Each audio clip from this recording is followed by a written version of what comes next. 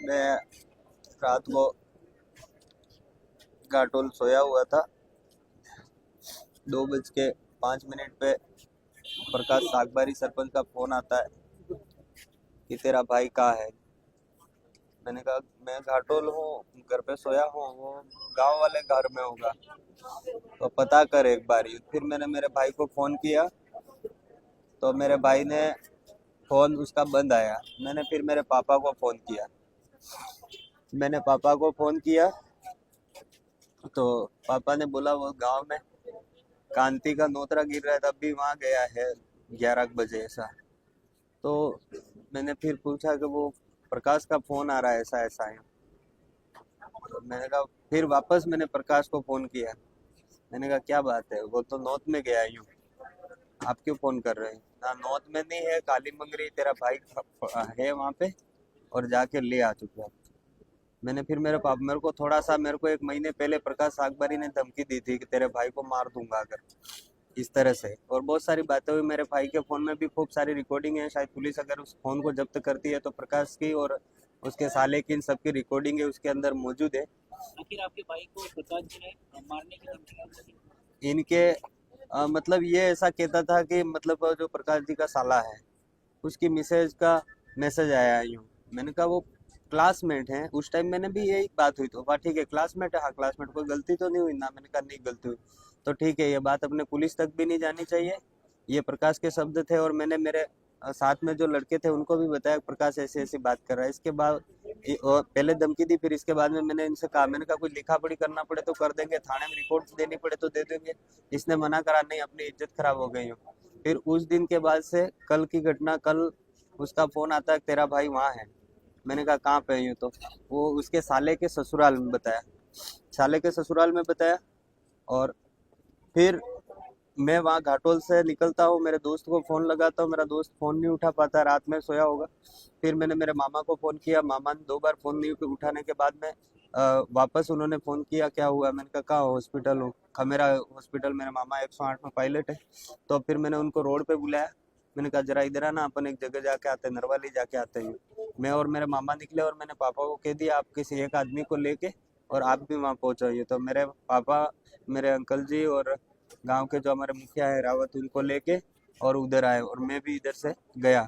तो मेरे जमाई की गाड़ी लेके मेरा भाई वहाँ पर गाड़ी वहाँ पर पड़ी थी, तो गाड़ी के पास में मैंने गाड़ी खड़ी रख के इधर पगडंडी जा रही थी, वहाँ पे मैं और मामा अंदर की तरफ ढूंढने गए। फिर मैंने आवाज़ लगाई अनिल अनिल ऐसे, तो वहाँ पे कोई बोला नहीं। फिर मैंने प्रकाश सरपंच को फ़ोन किया कि मेरा भाई तो यहाँ पे है नहीं, तो तुम कहाँ पे खड़े हो? यहाँ पे खड़े, नहीं यहाँ नहीं, तुम ही वो नाला है, नाले से थोड़ा आगे जाओ और सिद्धार्थ के ससुराल के पास में, घर के पास में एक पगडंडी और जाती है, अंदर जाना लास्ट तक, वहां पर तो तेरा भाई मिल जाएगा। फिर मैं वहां ढूंढता ढूंढता गया, तो हम सब ढूंढ रहे थे, नहीं मिला, आवाजें भी लगाई। फिर मैंने मेरे पापा को कहा पापा आप और ये 2 जने उधर जाओ और मैं और मामा खेतों की तरफ जाते हैं।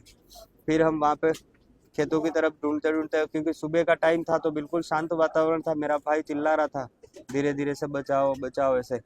फिर हम दौड़ के, आवाज़ सुनाई दी, हम दौड़ के गए। मेरा भाई बिल्कुल खून से लथपथ पड़ा हुआ था, उस टाइम बोल रहा था। मैंने पूछा क्या हुआ बेटा? पायरे मने खूब कूटियो अने बेटे नांगो करी करीन कूटियो, यूं बोला। फिर मेरे मुंह पे, ये सर में सब जगह मारा, बाल काटने की कोशिश करी ने, यूं करके खूब मारा मेरे को। 2-3 घंटे, 12 बजे से मार रहे हैं। तो भाई આવી ગયો મને બસાડ ले। मैं कि सरा कौन कौन था ते अणे एम कह्યું કે ये सिद्धार्थ ने ससुराल वाला, सिद्धार्थ ना दोस्त कोण था ने, एक बे जना ने नाम भी स्टेट पुलिस स्टेटमेंट में भी नाम दीधું, पर उस टाइम वो बेहोश हो गया था, उसको हॉस्पिटल में लाए तब तक वो बेहोश हो गया था। और पुलिस के सामने भी कुछ छोटा मोटा बयान उसका हुआ, फिर मेरे को बोला, पर उस टाइम मैं इतना डर गया था, मैं उसका वीडियो भी नहीं बना पाया। फिर मैं उसके मैंने गाड़ी में डाल के, मेरी गाड़ी से डाल के मामा गाड़ी लाए, खेत में लेके, खेत में जा पड़ा था। सिद्धार्थ के ससुराल के जस्ट 100 मीटर दूरी पे मेरा भाई पड़ा था। तो बोला मैं केड़ा तो पाई रोड हारू जात तो મને ને ટકા એમાં માર મેં ટેકો ને રહ્યો, મને पाई हॉस्पिटल લઈ जा, મને बसाव दे। बस मैं गाड़ी में डाल के और फिर मैं मेरे पापा और मेरे गांव के जो मुखिया है उनको और हमारे मामा और अनिल, इन चारों को मैंने हॉस्पिटल भेजा। फिर मैं और मेरे अंकल जी दोनों मोटरसाइकिल लेके वहाँ उसके वहाँ ससुर के वहाँ गए। मैंने गेट बजाया, बुलाया, मैंने कहा तुम्हारी लड़की और तुम्हारा जमाई कहाँ है?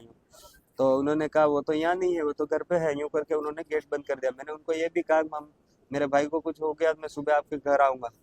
फिर मैं वहाँ से खमेरा हॉस्पिटल आया। खमेरा हॉस्पिटल से मेरे भाई की स्थिति बहुत खराब हो रखी थी, वहाँ से रेफर किया।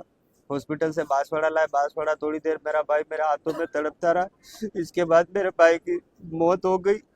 मैं तो प्रशासन से उम्मीद करता हूँ कि इन मुजरिमों को जिस तरह से मेरे भाई को बेरहमी से मारा, मेरे भाई को गला घोट के मार देते, तलवार से मार देते। 4 घंटे तक मेरे भाई को तड़पा तड़पा के यहाँ लाते मारी है। पूरा वो हो गया, पेट पूरा सूज गया, माथा पूरा आंखें मेरे भाई की बाहर ऐसे पूरी वो हो गई। मेरे भाई को बहुत बेरहमी से मारा। उन मुजरिमों को छोड़ना नहीं चाहिए। प्रशासन किसी के मुजरिम किसी के सगे संबंधी नहीं होते। इन्होंने मुझे मुझे पूरा पता है, क्योंकि मेरे को विधानसभा में भी प्रकाश ने इस तरह से किया था, राजनीतिक षड्यंत्र करके। मेरा पूरा काम, मेरे घर का काम मेरे भाई संभालता था। मेरे बच्चे, उसके बच्चे, मेरे मम्मी पापा स्कूल जाते, घर संभालने वाला कोई नहीं था। मुझे ऐसा प्रतीत होता है राजनीतिक षड्यंत्र कर मुझे पूरी तरह से तोड़ने का प्रयास किया गया है। मैं प्रशासन से निवेदन करता हूँ, कारण जो भी हो मुझे कोई दिक्कत नहीं, पर उन सभी मुजरिमों को, क्योंकि एक दो जनों का हाथ नहीं हो सकता। जिस तरह से बॉडी पे चोटें हैं, जिस तरह से मेरा भाई तड़पा है, उस हिसाब से एक दो आदमी उसका इस तरह से मर्डर नहीं कर सकते। मेरे भाई को जो मारा है, पीटा है, बहुत बेरहमी से मारा, और उसमें बहुत सारे लोग इन्वॉल्व है। मैं प्रशासन से निवेदन करना चाहूंगा कि जल्द से जल्द उन मुजरिमों को गिरफ्तार कर। अभी तक पुलिस प्रशासन का कैसा सहयोग? पुलिस प्रशासन वैसा बोल रहा है, हमने 4 जनों को पकड़ा है और प्रकाश सागबारी को ढूंढ रहे हैं। मैं पूरी प्लानिंग प्रकाश सागबारी के है, क्योंकि 1 महीने पहले मेरे को धमकी दी इसने, तेरे भाई को मार दूंगा। जब मैं वहाँ पड़ोसी गांव का आदमी हूँ, मुझे नहीं पता कि यहाँ लोकेशन है, यहाँ लोकेशन है, और प्रकाश मेरे को लोकेशन बता रहा है कि तेरा भाई यहाँ नहीं वहाँ जा, यहाँ नहीं वहाँ जा। इसका मतलब इसको पूरी तरीके से मेरे भाई को प्लानिंग के साथ में इन लोगों ने मिल के मारा है।